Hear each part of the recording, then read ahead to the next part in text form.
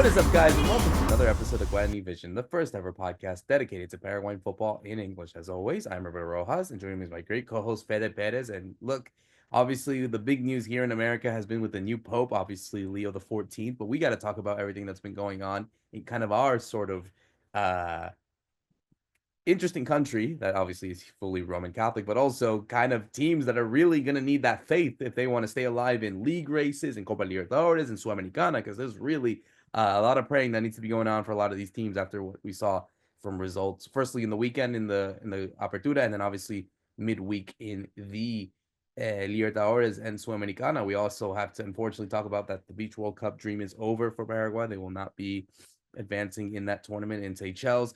But the U17 women's team is still underway. The tournament is still underway over there in Colombia. They're still alive. And yeah, there's a lot going on there, Fede. But I think the big one, and we'll talk about the football in a bit, but there's a big FIFA Congress happening very, very soon. The first ever one in Asuncion, the first extraordinary Congress happening in the country, which, comes at the right time with, obviously the Club World Cup occurring, the qualifiers happening soon, and of course the World Cup happening in North America next year.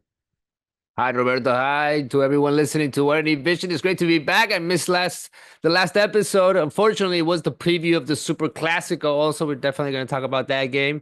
The big showdown in this Apertura for two teams that are really not in the fight as of right now. It is up to Libertad and Guarani, but it is a special week, just like you're mentioning, right? The FIFA Congress about to happen here in Asuncion. Well, between Asuncion and Luque, like we always say here, because the Comebol is right there as you're heading into Luque City. That site around Comebol has grown so much. I mean, probably every time you come here to the country, Roberto, you're always surprised to see that there's more and more stuff around the airport, and just as you're heading to Comebol, which is just pretty much where everything is going to happen. But we're going to have so many people coming to the country for the first time, people from so many countries. So it's going to be very interesting to see how they view our country as we're heading also into that 2030, which is going to be a crucial time for us, right? It's going to be our moment to show the world that we're capable of showing up in a World Cup and obviously embracing the situation, this huge event. I think this is another opportunity for that.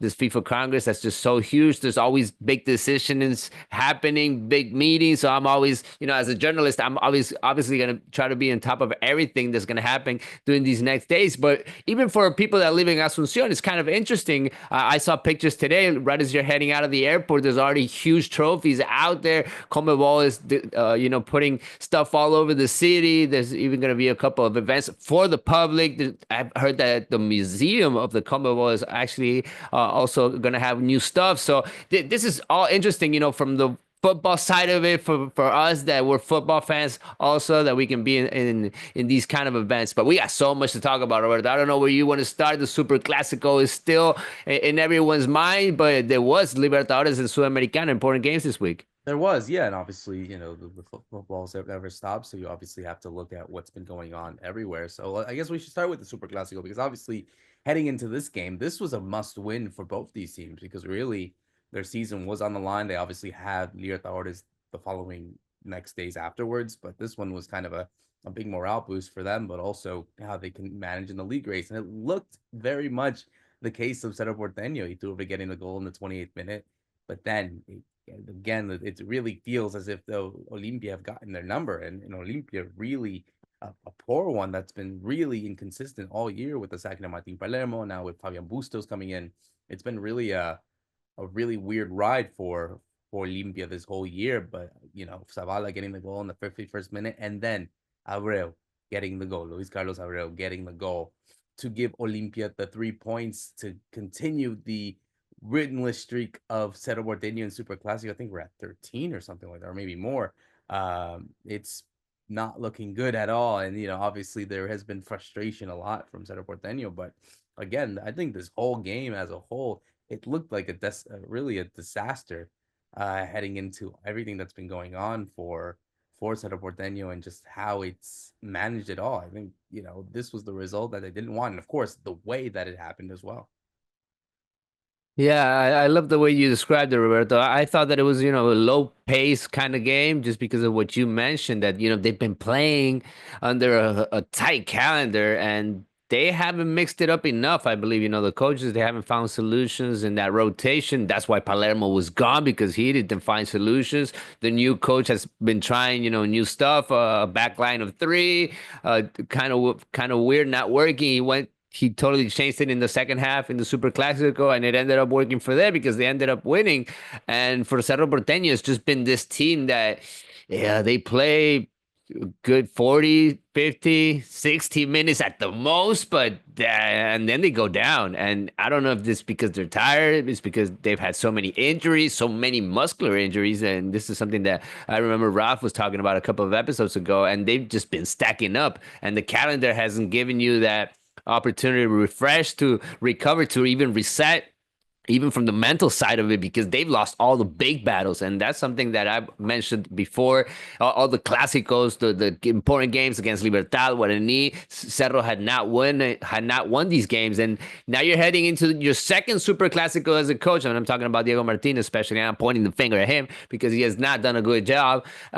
He lost it again. And again, he was winning the game with, again, a goal from Iturbe. Everybody was going crazy in La Nueva Olla. Everybody was loving the game at the beginning. That first half, I believe, was all for Cerro Porteño. Maybe they could have gotten even a second goal. They were all over Olimpia, who were in a very bad position, I believe, not just in this game, but heading into this situation of the Super Clásico. It was a battle to see who can still be in the title race. And in the second half, Olimpia picked it up with a couple of subs. I believe this kid Abreu is coming in really nice to the team. He's been an important piece lately to give some more football to that midfield that they've needed, right? They haven't found enough with Javier Dominguez. You've had Alex Franco come in and out of the team, another important young midfield, and the experienced guys are just not showing up. Benedetto has been out these last couple of games. They haven't found enough firepower to score enough goals, but they were strong enough, and they did it again, just like so many other times, Roberto. And they've just gotten accustomed to this. And you saw it in the videos after the game. Even the players, the kind of stuff that it was happening in the celebrations in the locker room, they were saying it. We're doing it again. We've done this here. We've beaten this team lately. And I think they did it with the experience, right? And for Cerro Porteño, it's just been a downfall for them. They've had so many chances to pick it up, and just another one. They let it slip away. And again at home, it's just getting worse and worse for them. And you feel like, all right, is it going to get any better? That's the thing. Will it get any better for them? And, we'll talk about what happened midweek, because I think that was kind of a demonstration of, no, it probably wasn't. But I think for Olympia's case, it's a big morale boost. I mean, yeah, you look at the league race, how it is right now, especially with a couple of games left. I think there's 5, if I'm not mistaken, after this weekend, something like that, or 6. But yeah, it's really gotten down to the wire. And Libertad are dropping points. Guarani are also gaining momentum as well. They also had a big game against Cerro Porteño tomorrow at the time of recording. Olimpia have to play General Caballero de Juan León Mallorquins. Libertad will take on Sportivo Luqueño. Olimpia still have to play Libertad still have to play Olimpia, by the way. That's still one of the big games in this entire Apertura. So you look at how the table's gone, and I'm still of the belief Libertad will find the way to do it, just because I feel like they have the team and they have the capacity to do that. But no one should be sleeping on Guarani, or at least, I feel their consistency has allowed them to continue to be back in this race. But you look at a Cerro Porteño side, and, I think I was talking to a couple of my friends in this group chat, knowing how Cerro Porteño have to really focus on this sort of race going on in the Copa Libertadores. Is it come to a point where Cerro just kind of give up on the league and allow Guarani the chance to go and push Libertad all the way?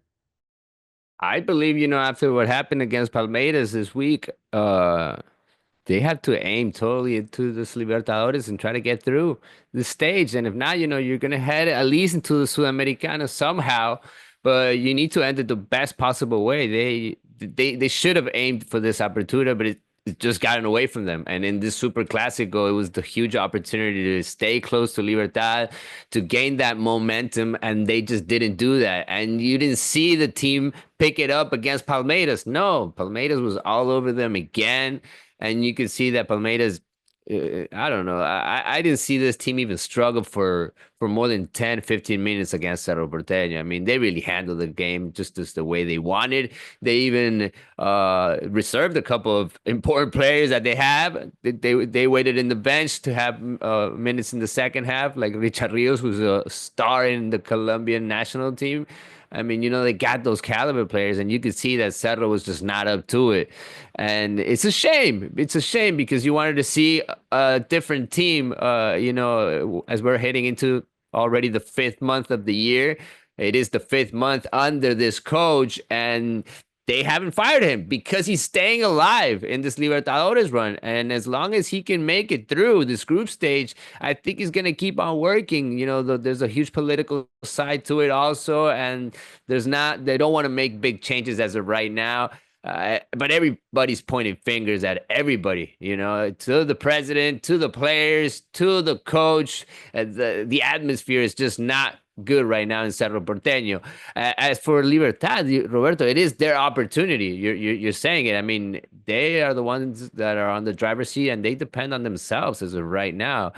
For Cerro, going back to this situation in Libertadores, they have two huge games, especially the one that's coming up against Sporting Cristal in Peru. I think they played better playing away from home because of all these issues that I've been talking about.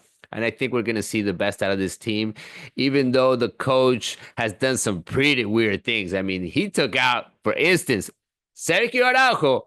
This guy came in drunk after a night of partying, tried to go to the practice in the morning, and they told him, no, no, no, go home. And then they sanctioned him for about a month. He was totally out of the team. And just a week that they're bringing him back to the first team, you put it in the best and most important game of the year against Palmeiras. No, he looked so bad out there, and it's because he didn't have enough. It's because Cerro Porteño did not do what they needed to do off the season, signing good players, and they let players that shouldn't have stayed in this club. And that's what you're seeing now, Roberto, right? After a huge run, after so many games in this year, you're not seeing the best team. You're seeing a team that is pretty much running out of fuel. And watch out, because if they get out of this Libertadores and they end up with pretty much nothing, it's going to be chaotic for the end of this semester. Yeah, no, totally. I think the way that they're performing and the way that it's just been going on this entire season, it's been a roller I don't coaster. see the bright side of it. Do you see a bright No, side I to it? don't I don't actually. see it. Well, no, You I you've mean, never look, been confident about Diego Martinez from the beginning. I gotta say. yes, I haven't. It really is someone that I thought I could be proven wrong, and I haven't, sadly. But at the same time, it's like, where does it get better from them? It's like every year it feels like Groundhog Day. Like you have these hopes. Maybe they pick up some good wins here and there, but then they just come falling down, and obviously being overwhelming. And it does suck. I think imagine for the Cedro fan that has been able to see their team win a title since 2021, late 2021. So you're really going into now almost 4 years without winning a title, and for a team like Cerro Porteño, that's unacceptable.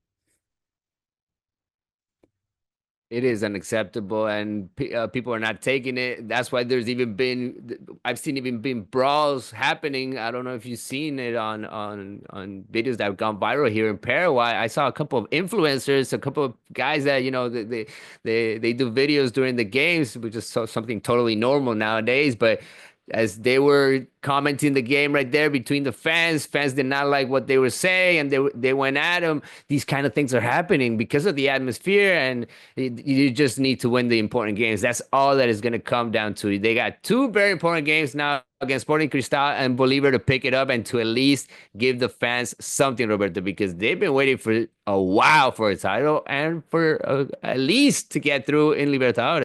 Yeah, they need a good run too. So we'll have to see what happens there. So from what we're saying, it's Olimpia Libertad. Sorry, it's Libertad Guarani in that race. You don't have any. I know Olimpia's right there, but you're still counting them out for this last few match days. They got too many teams in top of them as of right now in the standings. I think the run is going to come down to Libertad and if Guarani can stay hot, because as of right now, they are the hottest team. They are playing wonderful, and you're seeing, they have in bench Chiqui Arce, who is very experienced coach, and he's known the way to handle it in this streak of games in this tight calendar where you're seeing other unexperienced coaches not being able to handle that rotation and not having their players ready. Guarani has handled that wonderfully. It's going to be a really interesting race as we now shift gears now to the Copa Libertadores because obviously it's been a poor week actually for Libertadores teams. It's Paraguayan teams in the Libertadores, at least now, which you shouldn't be happening in this kind of interesting part of the season with 2 games left in the group stage. Obviously, we look at Cerro Porteño. We're going to talk about them now, obviously, because they had to take on Palmeiras and really a game that they had to win to really feel more comfortable about qualifying because of the way the table is. They started off well, but of course, Esteval getting the goal in the 41st minute and then Victor Roque getting the goals only just diminished the sort of hope for Cerro Porteño. But as crazy as it sounds, they are still in to qualify. If it were to end today, Cerro Porteño would actually qualify to the round of 16. It would be a very poor Cerro Porteño team going to the round of 16, but that would be enough. They do have to travel to Cristal, the team that they're tied on with points, and effectively that is the final. That is the final for them and really the game that could ultimately decide Diego Martinez's future as well. I think there were been some rumors that if Cerro had lost this game to Palmeiras, that maybe Diego Martinez is out, but now they still have a chance. They have a lifeline, but it's hard to feel this confident, even if they have to go all the way to Peru against a team that, they did beat them. They did, they tied them actually at home right in the last minute. So I don't know what to expect from this one, especially for the Cristal team that also are coming with the momentum of beating Bolivar. I thought you were gonna predict it, man. I thought you were gonna go all out, but as of I right will. now, I could if you want, but I would love to hear that. 1-1. I don't know how they're gonna do it. Just the way that the team's been going, the morale, I don't see them getting the win. I'm not feeling confident either with this Cerro Porteño after what I've seen these last couple of games. Iturbe has not shown up. Cecilio Dominguez barely looks like he can be out there, and they are very important players. You cannot just rely on Pachi Carrizo to do all the work. And I see players that are very tired now. They got to travel again after playing this weekend against a very strong team. That's what I need. So I don't see how they can do it against Sporting Cristal, no matter how important this game is for them in this semester. They've lost all the big games, so I'm not putting my money on Cerro Porteño in this match. And I've seen Sporting Cristal do good things at home. I think they're going to have the fans by their side. So I think that Sporting Cristal is going to take this win. I'm not feeling good about Cerro Porteño. I predict a win from Sporting Cristal, maybe by just a goal, Roberto. So for that, then you mean that you feel that Cerro Porteño not going to qualify for the round of 16 or even Sudamericana. I feel that they can get into the Sudamericana, right? If they win that last game against Bolivar, maybe with a Bolivar that could be out of it because Bolivar has to play now against Palmeiras, and all these teams have lost against Palmeiras, who has been the giant in the Libertadores. We got to say that also. In this group, we've seen the strongest Brazilian team so far in the Libertadores. Palmeiras has played beautiful football. They played like, I'm not even sweating out here, They brought players from Europe. They're doing whatever they want. And I've seen a team that's just played maybe to half of its capacity so far. I want to see this team go through, and they're the first team, I believe, to go through after they beat Cerro Porteño this past week. Yes, they are. They're officially in. So, yeah, it's gonna be. I don't feel the confidence, honestly. And really going into another team that also needs to boost their confidence is Olimpia. They get their first another point against them, but they still have yet to win a single game. They are with 2 points right in the bottom of San Antonio Bulu with 6, and then the top two, Vélez and Peñarol, with 7 points. They do have to go to Uruguay. They have to take on Peñarol over there at the Estadio Campeón del Siglo in Montevideo.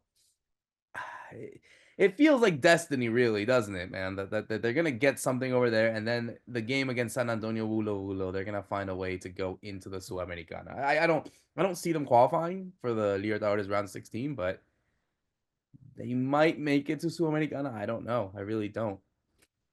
It's gonna be a weird atmosphere also when they play against Peñarol because they've been playing without any fans at all in their stands in this group stage. So it's gonna be a weird one. It was a very ugly game. That first match in Defensores de Chaco, it was more of a brawl than a football match. They were hitting each other a lot, but it's gonna maybe even come down to what kind of refereeing we're gonna see in that game because I believe it's gonna be that kind of match again against Peñarol. You always get those kind of games against Uruguayan teams, and especially when the qualifiers are on stake like it is for Olimpia. It was a very important draw the way it happened against Vélez. You always try to at least take something out of these games, and you saw that the players were kind of happy because they ended up at least tying pretty much at the end or showing their best stuff those last 10 minutes against Vélez. They even had the opportunity to win it. That's how crazy it was because Vélez has been so fragile lately, even though they were beating Olimpia most of the game. You saw that they had trouble in defense. It was just more up to Olimpia and just to seeing if they could really push it. And they waited a long time to put in Derlis Gonzalez. The new coach went again with Hugo Benitez. This was a player that we've seen under Palermo have his streak, even though he hasn't been able to be that top scorer that Olimpia has been waiting for lately from a player that comes up from the academy, from the youth league. So they're still waiting for those players that can make the difference. But you see players play better as of right now under this coach. I've been hearing stuff about him, about Fabian Bustos, that he loves to have very long practices. He even makes the players come in very early, which is something that a lot of Paraguayan players apparently don't like. They like to practice more in the afternoon. And Fabian Bustos has them working late hours, and he has his stuff. He has his way of doing things, and players are getting used to that new kind of style also from a demanding coach, I believe.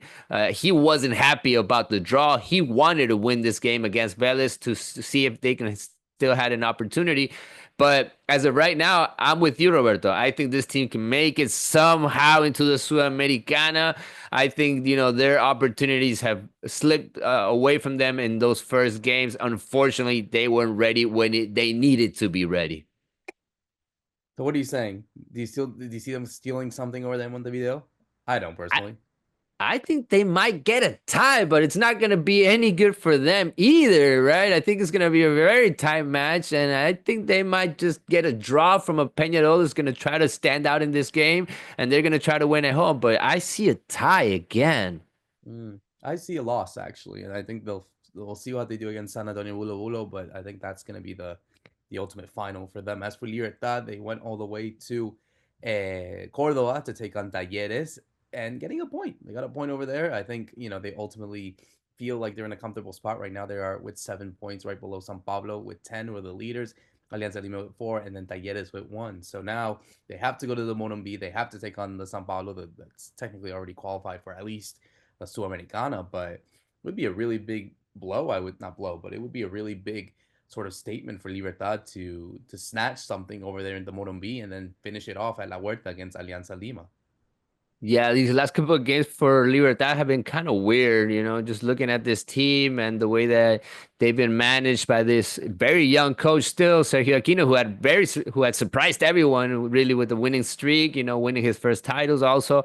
But as of right now, you're seeing this team kind of struggle of not finding the right pieces, not having that football in the midfield that they shown in those first games, and not being able to maintain also the healthy squad. That's also been a problem, an issue to repeat the same team.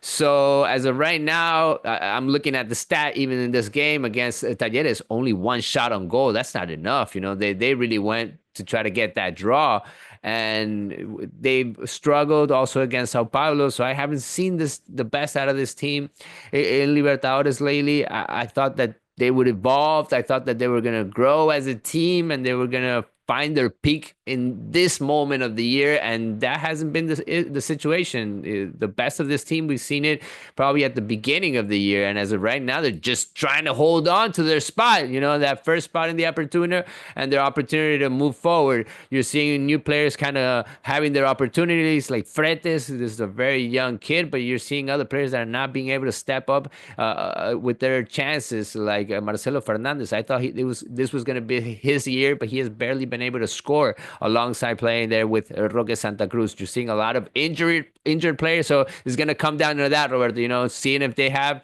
enough, and especially winning the important games at home. When you look at their calendar, they still got a couple of games that they can secure it in their home ground.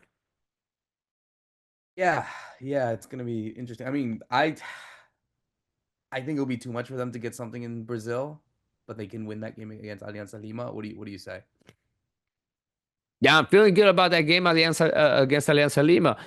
I think they did an okay job against Sao Paulo. I think it was about 60, 70 minutes that they pretty much weren't under any pressure against the Brazilian team. So if I think they can snatch a draw over there at the most.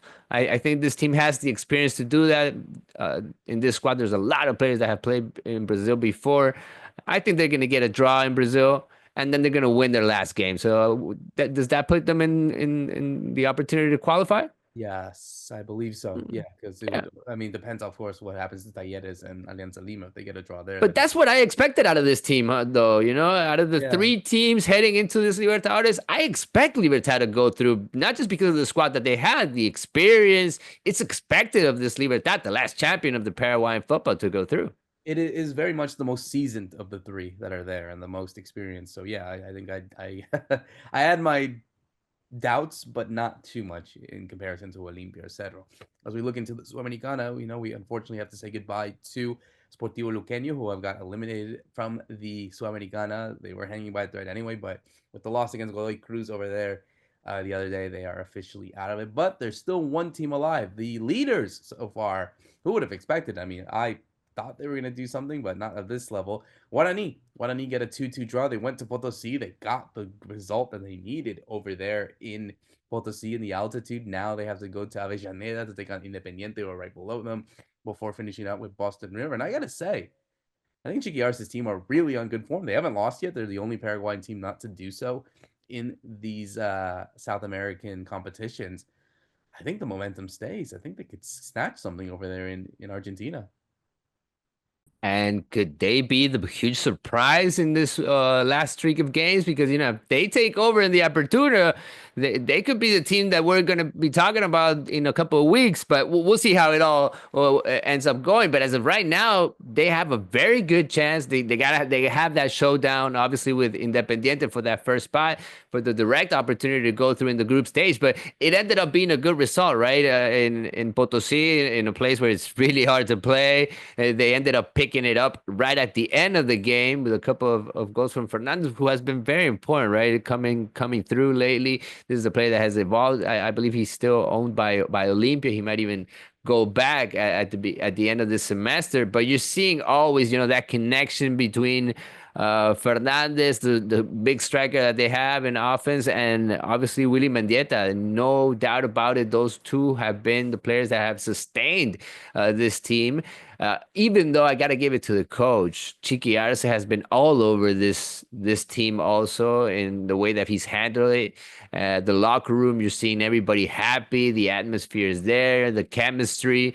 Everybody respects what the coach wants, and they execute the plan just so well. So, they got the ideas down and they got the confidence. They've been doing really good lately. They've been doing wonderful in the big game. So I'm feeling good about this Guarani team to get it done in the group stage and to go through, and for at least one team to still be alive in the Sudamericana, Robert. It was a shame to see the way that it ended for Luqueño, but it was expected. This team has not looked good at all during the year, and they're just in a huge drama as of right now. I don't know what they're going to do in the second semester, because they're even starting to let go of certain players. The locker room is falling apart.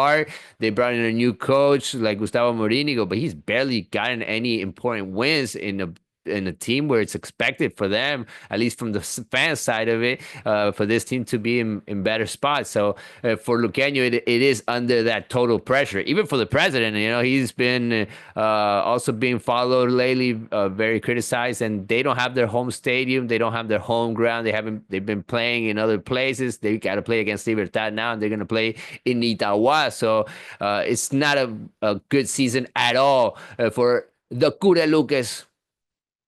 No, it is not at all. But at least it's good for the Aborigen, who are really pushing themselves in the opportunity, and of course in the Sudamericana. So it's good. It's been a roller coaster ride for a lot of these Paraguayan teams. But we'll have to see what happens in really this crucial big week for a lot of these teams who are really fighting for their sort of stature, or at least their, yeah, to stay alive in these competitions. I can't wait. It's going to be exciting. We'll cover it always here on Guarani Vision as we close out another great episode for myself, Roberto Rojas, and Fede Perez. Thank you so much for listening in. See you soon.